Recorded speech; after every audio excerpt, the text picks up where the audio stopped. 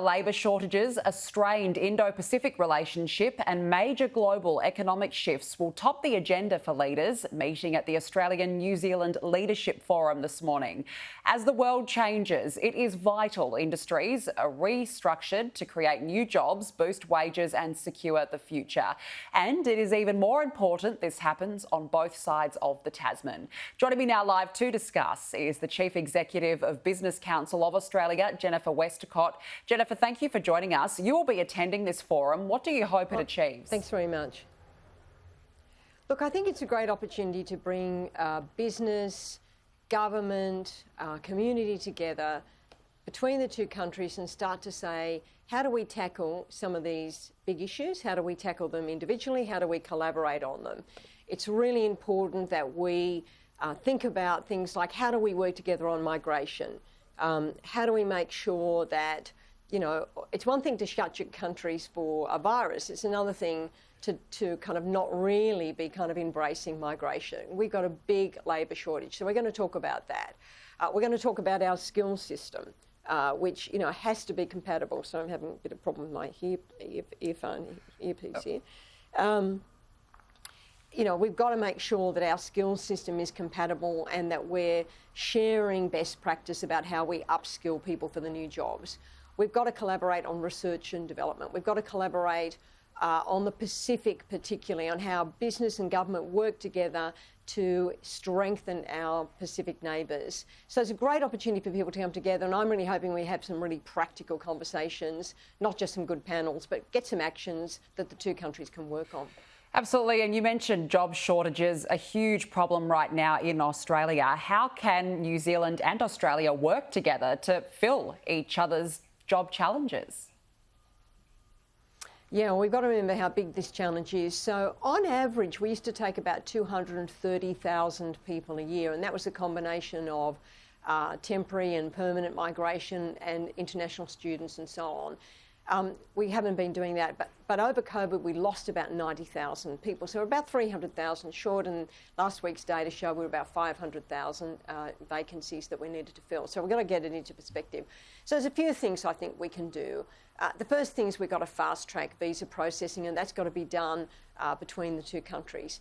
Second, we've got to make sure that we're really an attractive destination for people to come here, and I'm thinking things like moving away from the 2-year visas to the 4-year visas, and for skilled people, giving them a pathway to permanent migration.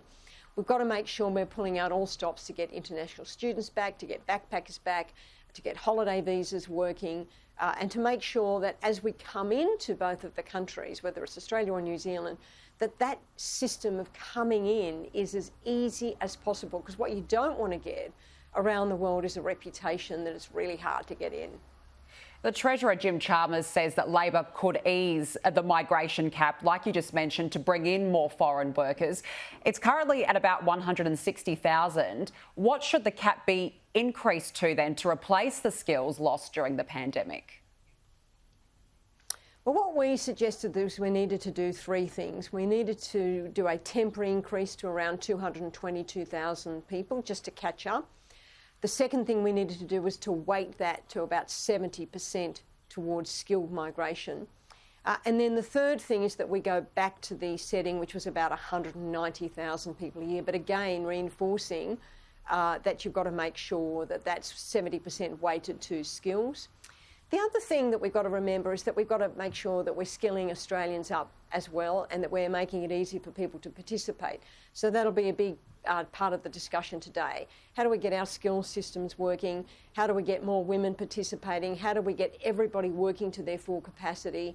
That's the other big conversation we're going to be having today. And off the back of really tough economic conditions, how can Australia and New Zealand work together more efficiently, do you think, to create opportunity? Well, there's a few things that we do. Labor, we've just talked about. I think one of the things I'm sort of stressing today is that we've got to make sure we frame up the conversations with the community properly. So obviously we've had an interest rate change again this week, but if you sort of think about the long run average, interest rates over the long run, we're around 4.5%. They're 1.35%. What's the problem? The problem is that wages haven't gone up. So if you think about it, that this is the kind of data, It used to take you about 2 years for your wages to go up about $100 a fortnight. Now it takes 7. On top of that, housing has become very expensive. Now, these things we can control.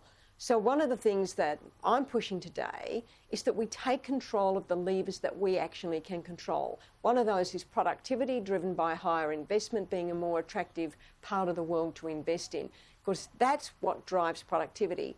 An industrial relations system that encourages people to sit down, get things to be more successful and share those benefits in higher wages. Skills I've talked about.